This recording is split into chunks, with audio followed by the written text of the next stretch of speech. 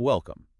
We're about to embark on an extensive examination of the source material around, well, arguably the world's most famous pseudonymous artist, Banksy. There's really no one else quite like him. No. Our mission today is a really in-depth exploration of the information surrounding his identity, which is so tightly guarded. We want to map the evolution of his career, analyze his political statements, and try to make sense of the paradox of his commercial success. And the sources we have are incredibly rich. They trace his activity all the way from the 1990s right up to, well, very recent events in 2025. It's a huge amount of ground to cover. It is. Banksy really exists in this unique space, doesn't he? He's at the intersection of illegal graffiti, potent activism, and, blue-chip, high-value art. He challenges our core assumptions about everything, about authorship, about value. And about the permanence of art itself. The documentation we have really provides a roadmap through that journey, showing an artist who built this multi-million-dollar brand based on the idea that big brands and centralized power are, well, fundamentally corrupt. It's a remarkable feat. So we have to begin this exploration by addressing the central mystery that really powers his entire operation.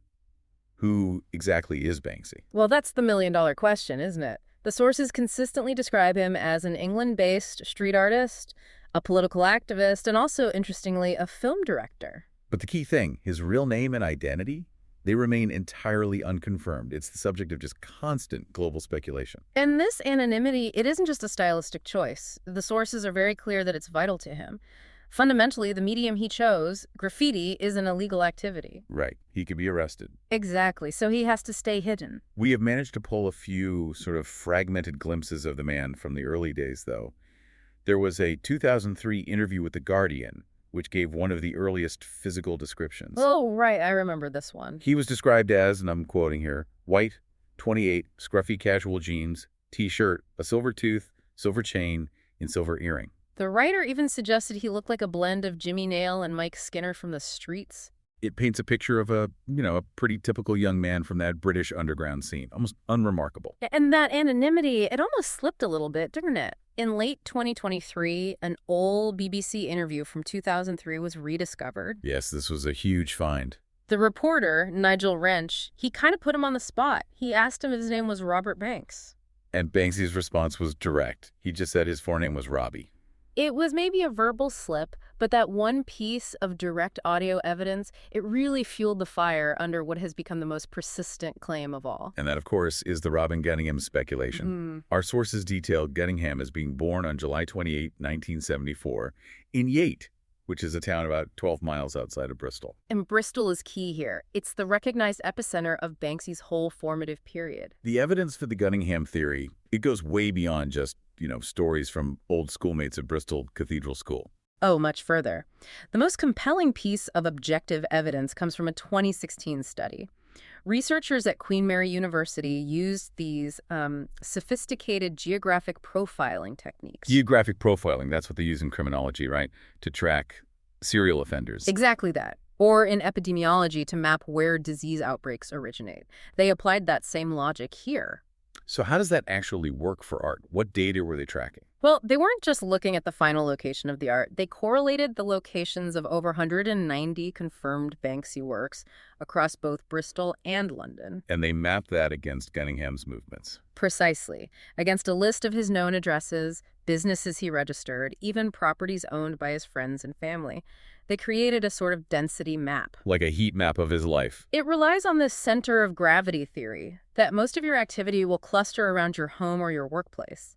And the statistical correlation they found between where the art appeared and Gunningham's known movements, it was exceptionally high. So it's not proof, but it moves the speculation closer to a kind of statistical probability. It strongly suggests they're the same individual. And the theory around the name's origin, that ties in neatly too. Gunningham reportedly started using the name Robin Banks. Which you can see how that just smoothly evolves into Banksy. And then we get another little slip years later.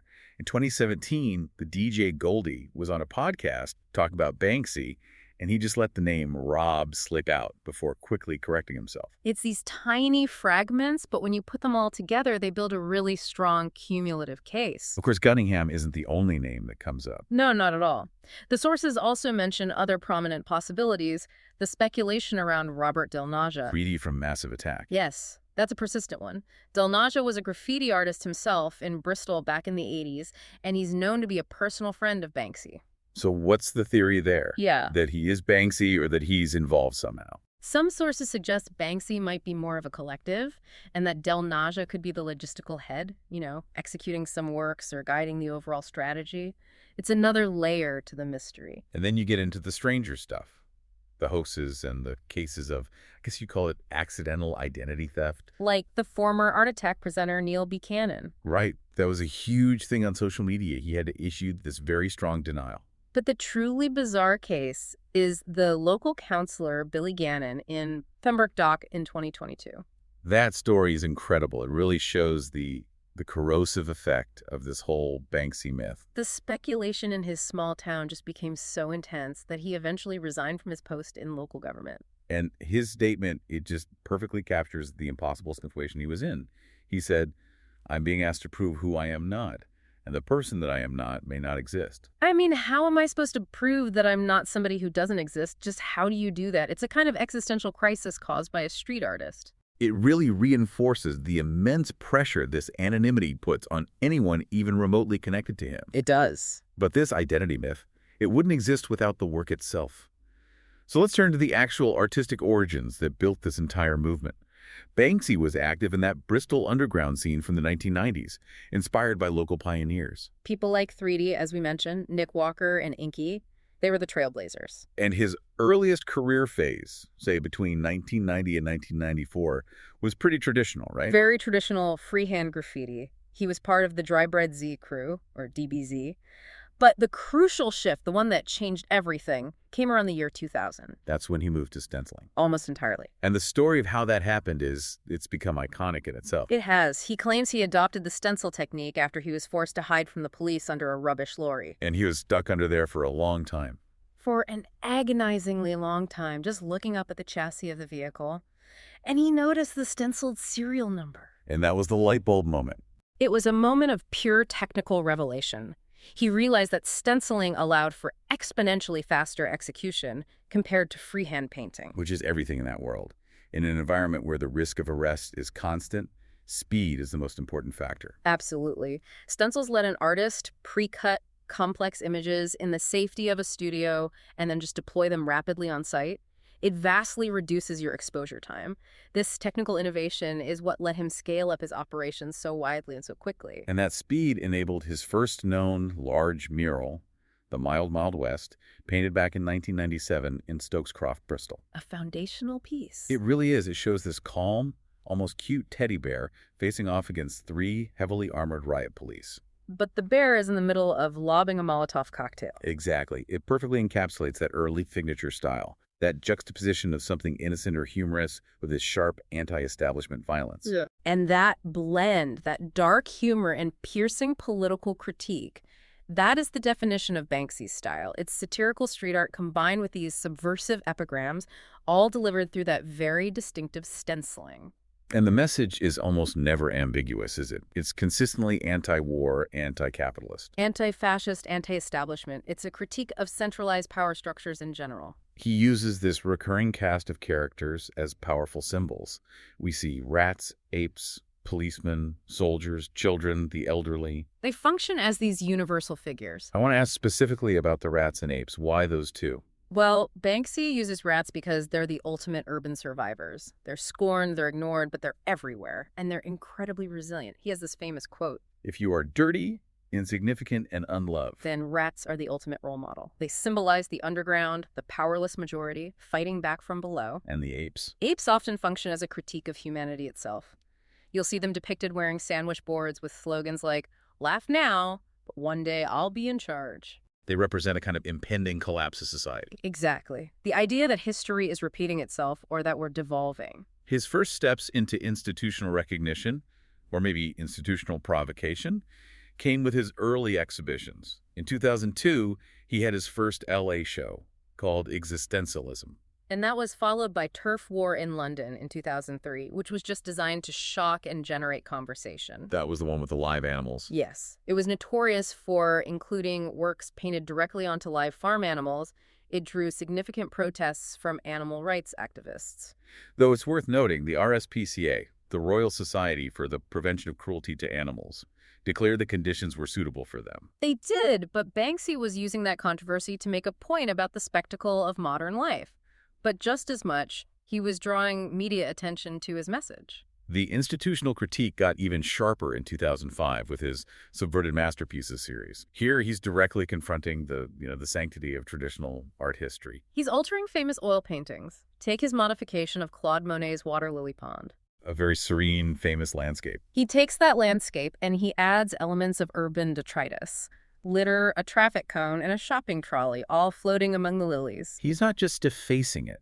He's commenting on the disconnect between that pastoral ideal of the Impressionists and the stark reality of modern environmental decay. The consumer waste that now dominates our actual landscapes. He's updating the masterpiece for the modern world. And he did something similar with Edward Hopper's classic American painting, Nighthawks. Yes, he brings modern social disorder into a scene that traditionally symbolizes urban alienation. Hopper's original is so quiet, so lonely. Exactly. And Banksy redraws the scene, but now one of the cafe patrons is looking out at a British football hooligan who has just thrown something, it looks like a chair, through the window. The violence just shatters the calm. He injects this unpredictable, lowbrow chaos directly into highbrow institutional isolation.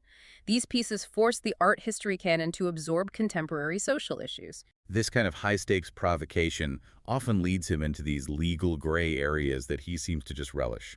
The creation of his spoof British 10-pound notes in 2004 is a perfect example.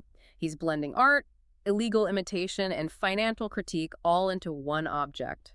These notes replace the Queen's head with the image of Princess Diana. And substituted the text Bank of England with Banksy of England. The move was immediately controversial because he was deliberately pushing the boundaries of monetary law. And he distributed them in these very public, chaotic ways, throwing wads of them into the crowd at the Notting Hill Carnival. And including them as invitations to his Santa's Ghetto exhibition. And we should be clear here, based on the source material, that reproducing images of banknotes like this is a criminal offense under the UK's Forgery and Counterfeiting Act of 1981. The Bank of England still holds the copyright. Yet that very illegality is what transformed them into instant objects of extreme value.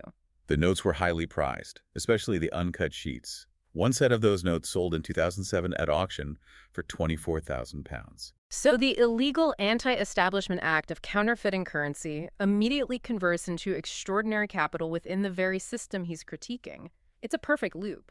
That duality, that tension between tragedy and corporate branding, it reaches a real fever pitch in his print Napalm, Can't Beat That Feeling, of 2004. This is a crucial work for understanding his philosophy. I would say it's arguably his most devastating political statement in print form. It is. The piece appropriated that universally recognized 1972 Pulitzer Prize-winning photo by Nick Ut, the one that captured the 9-year-old girl, Phan Thanh Kim Phuc. Screaming in agony, running naked from a napalm attack in Vietnam, it's an image of profound human suffering. And Banksy takes this image, and he places that terrified girl between two of the most recognizable and relentlessly cheerful corporate icons on the planet, Ronald McDonald and Mickey Mouse. The irony is just excruciating. They're holding her hands, smiling, doing this sort of corporate parade gesture, completely oblivious to her terror and her pain. They symbolize the cultural invasiveness and moral blindness of global consumerism. By forcing the tragic subject into this bizarre, forced embrace with symbols of Western manufactured joy. He's asking how the world can simultaneously process immense suffering while prioritizing frivolous consumer culture. It's a direct accusation against our capacity for cognitive dissonance. And the scope of this Work 150 signed and 500 unsigned copies meant this specific, unsettling critique was distributed very widely, really cementing its status as a major work in his career.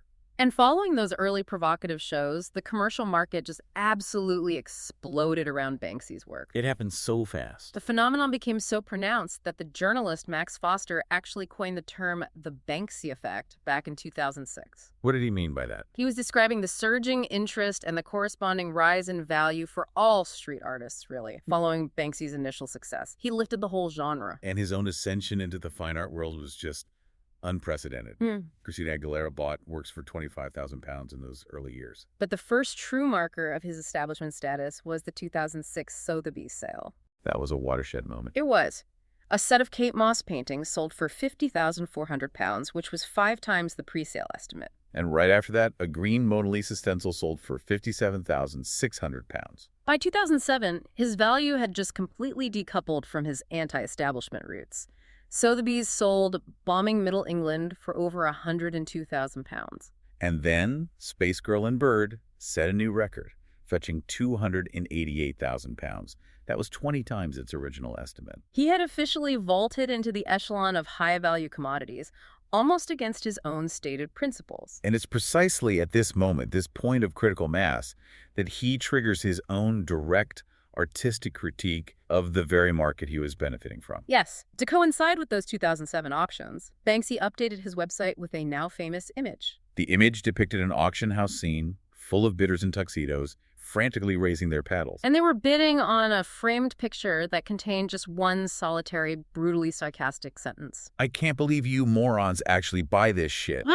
It's pure anti-consumerist theater. But it raises the central analytical challenge of his whole career. Was this a genuine rejection of the market, or was the market just consuming the critique and transforming it into part of the commodity's appeal? That is the crucial question, isn't it? He's always maintained this anti-capitalist posture. He famously said, "We can't do anything to change the world until capitalism crumbles. In the meantime, we should all go shopping to console ourselves." So if his art generates millions, does the critique justify the cost, or does the high price just co-opt the entire critique? The sources suggest the market doesn't care about the message. It only cares that the message is famous and rare. The act of self-criticism only makes the object more valuable because it adds a layer of conceptual complexity, a layer of history. We see that same tension again in the environmental critique in his piece, Show Me the Monet from 2005. The modification of Monet's work, the one with the shopping carts and traffic cone. That sold for an astronomical £7.5 million in 2020. And Banksy was explicit about this piece. He stated that the vandalized paintings reflect life now, where big business, not graffiti writers, does the real damage. He pointed the finger at, and I'm quoting, exactly the people who put gold-framed pictures of landscapes on their walls and try to tell the rest of us how to behave. And the £7.5 million price tag means that one of those people now owns the critique itself. It suggests capitalism can just digest and neutralize even the most acidic anti-capitalist gestures. Nothing embodies this paradox, quite like the notorious incident with Love is in the Bin in 2018. Ah, the ultimate prank. The original work, Balloon Girl, sold for £1 million at Sotheby's, but the sale was immediately disrupted in the most spectacular way possible. The moment the gavel came down, an alarm sounded. A shredder, which had been secretly built into the frame years before, just activated and partially destroyed the canvas. It shredded the bottom half of the image into strips, right there in the auction room. Banksy quickly released a video explaining he'd fitted the shredder years prior, and he quoted that philosophical idea, "The urge to destroy is also a creative urge." Which is typically attributed to the anarchist Mikhail Bakunin. Right. But the sentiment supported his action perfectly. The intention, clearly, was to destroy the art the moment it achieved its maximum commercial value, to negate the sale. But if the act of destruction only increased the price, wasn't the philosophical statement completely negated? Did he accidentally prove the market is indestructible? He essentially proved that in the contemporary art world, the artist's action, regardless of intent, is the primary driver of value. Sotheby's recognized this immediately. They declared that Banksy didn't destroy an artwork, he created one. And the buyer, an unnamed European woman, decided to go ahead with the purchase. The partially shredded work was then authenticated by Banksy's own organization, Pest Control, as a new piece. With a new title, Love is in the Bin. And the subsequent value confirmed the market's voracious appetite for this kind of spectacle. That new piece sold in 2021 for an unbelievable £18,582,000, a new record for him. So the act of attempted self-destruction just maximized its value by turning it into a historic piece of performance art. The paradox is complete. The critique, the destruction, the irony, it all just fuels the capital engine. Banksy frequently uses his fame and his methods to spotlight very complex geopolitical and social issues.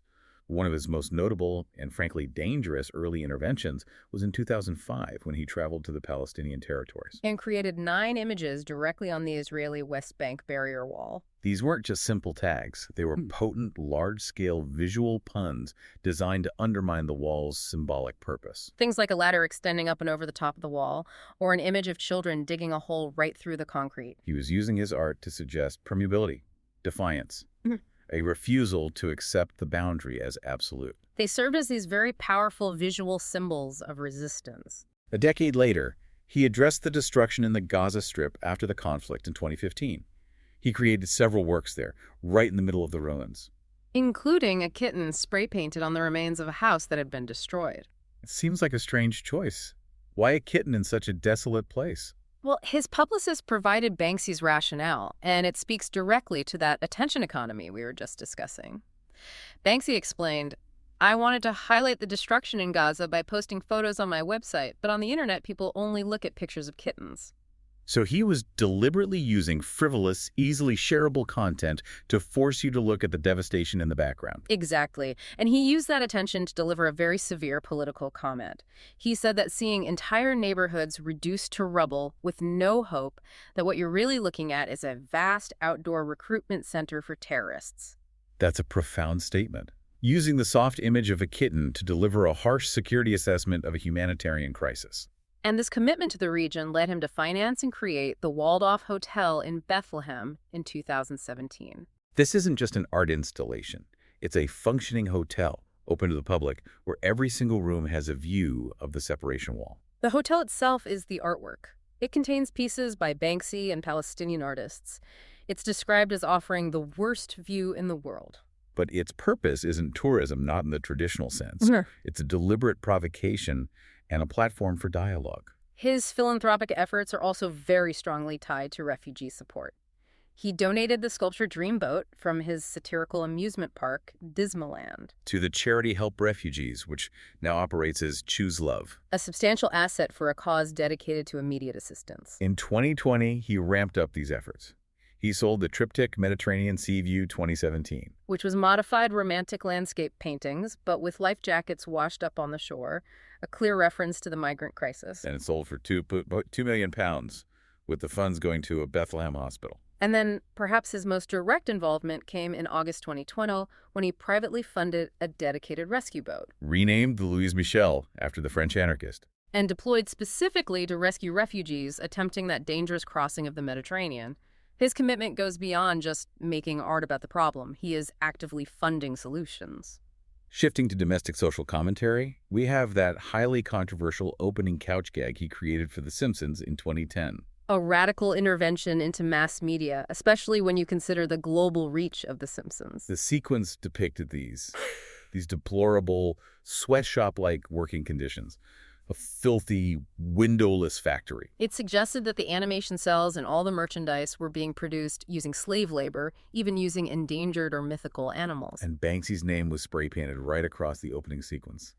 A defiant signature. Fox Network did sanitize parts of it for taste, but Banksy later released the original uncensored storyboard online. He noted the whole process led to delays, disputes, and a threatened walkout by the animation department. It really showed the friction when corporate entertainment is forced to confront its own alleged ethical supply chain issues. Then during the COVID-19 pandemic in 2020, he turned his attention to supporting health workers. He created Painting for Saints, also known as Game Changer. This was a tribute to the staff of the National Health Service, the NHS, in the UK. The painting depicted a small child playing with a nurse superhero doll while Batman and Spider-Man lay discarded in a bin nearby. A really powerful image. It later sold for a staggering £14.4 million, a record at the time, with all the proceeds benefiting NHS charities. It just demonstrates his capacity to leverage his commercial value for genuine public good. Returning to environmental critique, in 2018 he created Season's Greetings in Port Talbot, Wales, an industrial town. The mural was so clever, it was designed to use the corner of a garage. On one side, you see a child catching what looks like falling snow on their tongue. A moment of seasonal innocence. But then you look around the corner at the adjoining wall and you see the disturbing reality. The snow is actually smoke and embers billowing out of a dumpster fire. A direct, localized commentary on industrial pollution and air quality. And the immediate reaction highlights that paradox of street art valuation. The owner of the garage, Ian Lewis, reported losing sleep over fears the image would be vandalized or stolen. He needed security guards, a plastic screen. Before the mural was eventually moved to a gallery for protection, a public artwork meant to comment on the community's plight instantly becomes this vulnerable, multi-million-pound asset requiring round-the-clock security. His engagement with international politics continued right up to the Russian invasion of Ukraine in 2022. A very dangerous and symbolic trip. He confirmed creating 6 murals in war-torn sites like Borodianka. And one image in particular, the one showing Vladimir Putin being judo-flipped by a small boy, was especially resonant. That image of the smaller figure defeating the massive symbol of state power was later turned into an official postage stamp by Ukraine. His art immediately transitioned into national iconography. And we even have a very recent intervention documented in the sources from 2025 in London.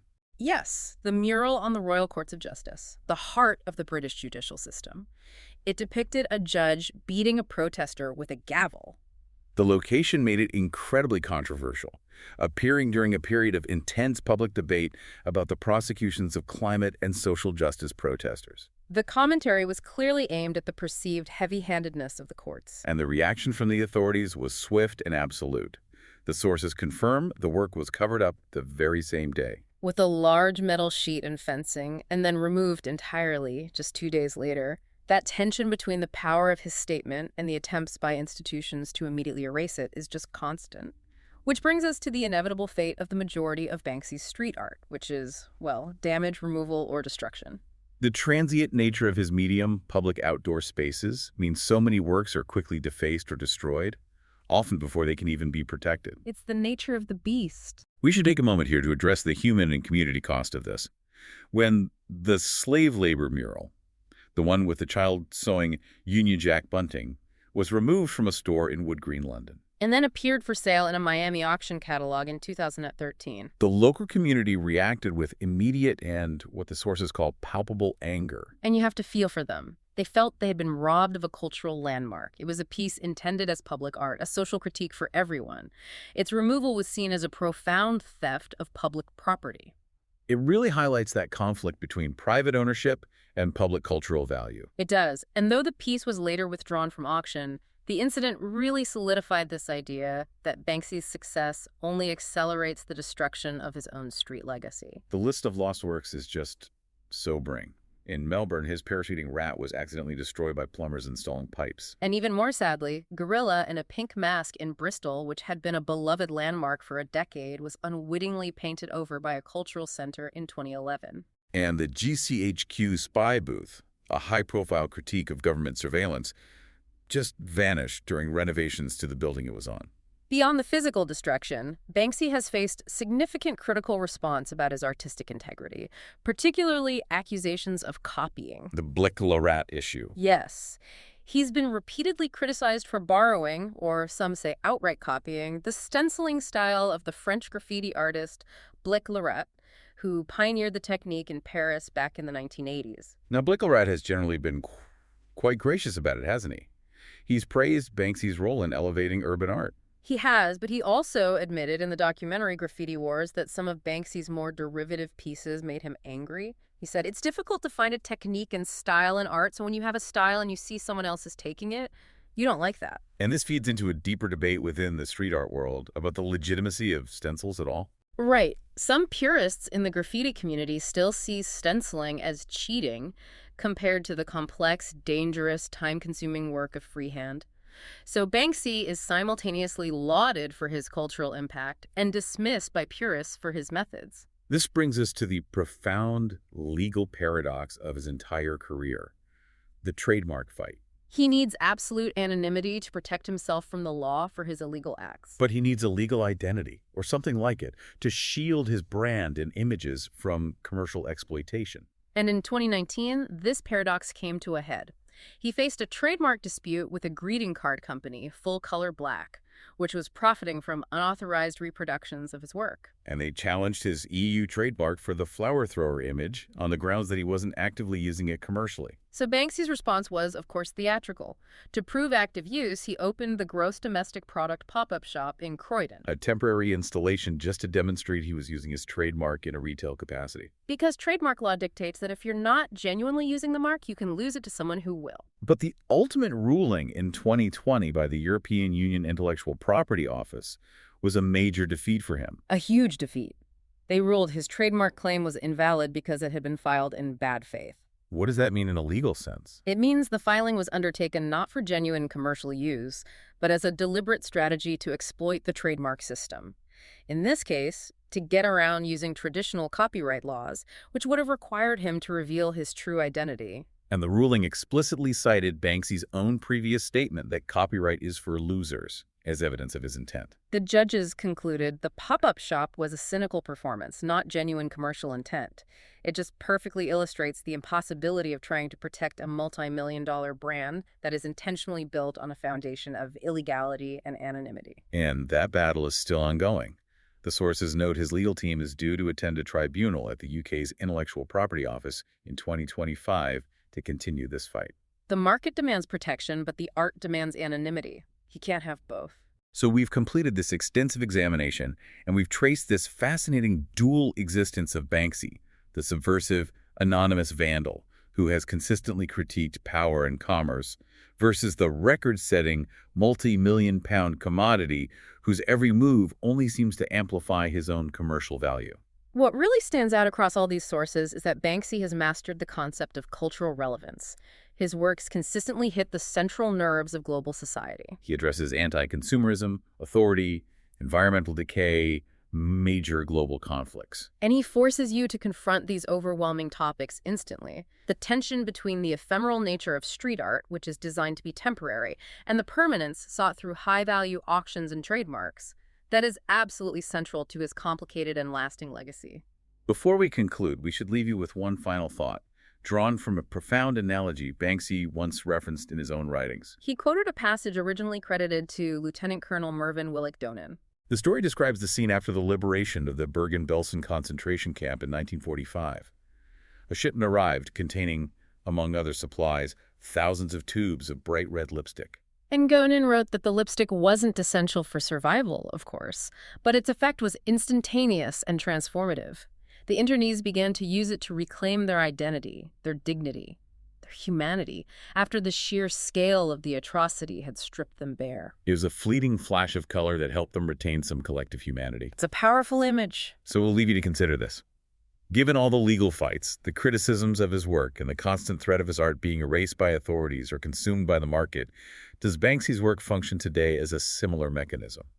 A fleeting flash of color or wit delivered to a public overwhelmed by social and political decay, helping us retain some sense of collective humanity amidst the chaos. Thanks for listening.